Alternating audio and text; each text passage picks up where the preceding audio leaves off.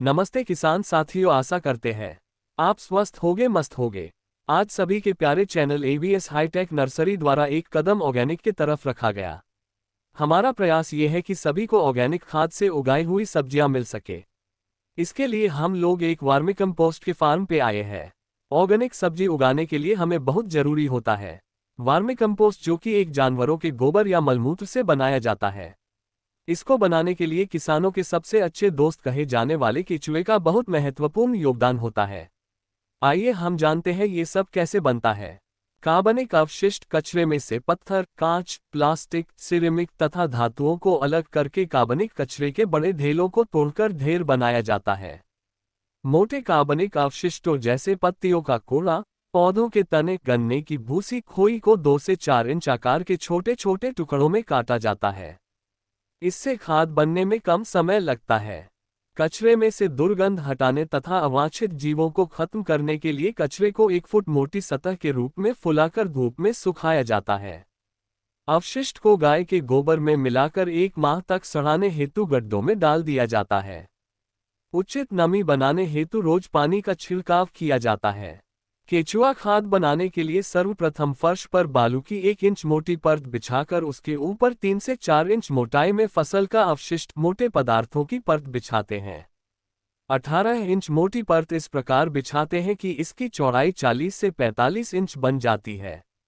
Bed की लंबाई को छप्पर में उपलब्ध जगह के आधार पर रखते हैं।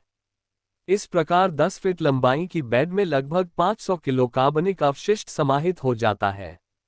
बेड को अर्धवृत्त प्रकार का रखते हैं, जिससे केचुए को घूमने के लिए पर्याप्त स्थान तथा बेड में हवा का प्रबंधन संभव हो सके।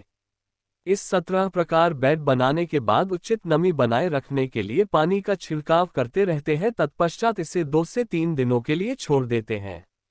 जब बेड के सभी भागों में तापमान सामान्य हो जाए तब इसमें लगभग 5000 केचुए 500 ग्राम अवशिष्ट की दर से केचुआ तथा कोकून का मिश्रण बेड की एक तरफ से इस प्रकार डालते हैं कि यह लंबाई में एक तरफ से पूरे बेड तक पहुंच जाए। संपूर्ण बेड को बारीक कटे हुए अवशिष्ट की 3 से 4 इंच मोटी परत से ढकते हैं।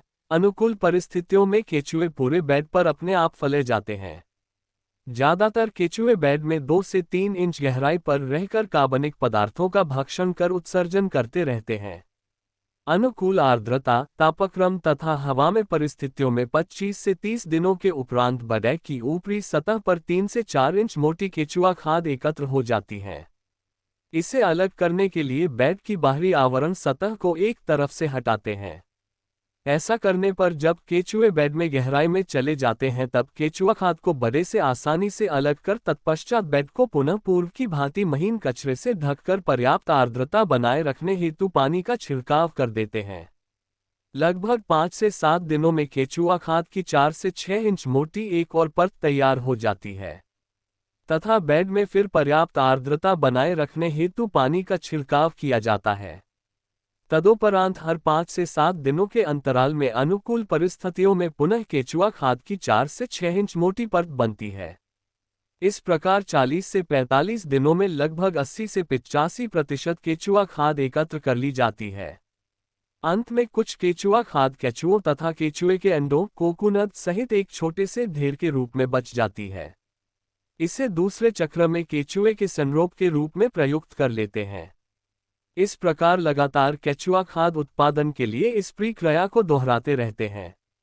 एकत्र की गई केचुआ खाद से केचुए के अंडों, अवयस्क केचुओं तथा केचुए द्वारा नहीं खाए गए पदार्थों को 3 से 4 सेमी आकार की छलनी से छानकर अलग कर लेते हैं। अतिरिक्त नमी हटाने के लिए छनी हुई केचुआ खाद को पक्के फर्श पर फैला देते हैं तथा जब नमी लगभग 30 से 40% तक रह जाती है तो इसे एकत्र कर लेते हैं। केचुआ खाद को plastic H0, D0, P0, E0 थैले में सील करके पैक किया जाता है ताकि इसमें नमी कम न हो।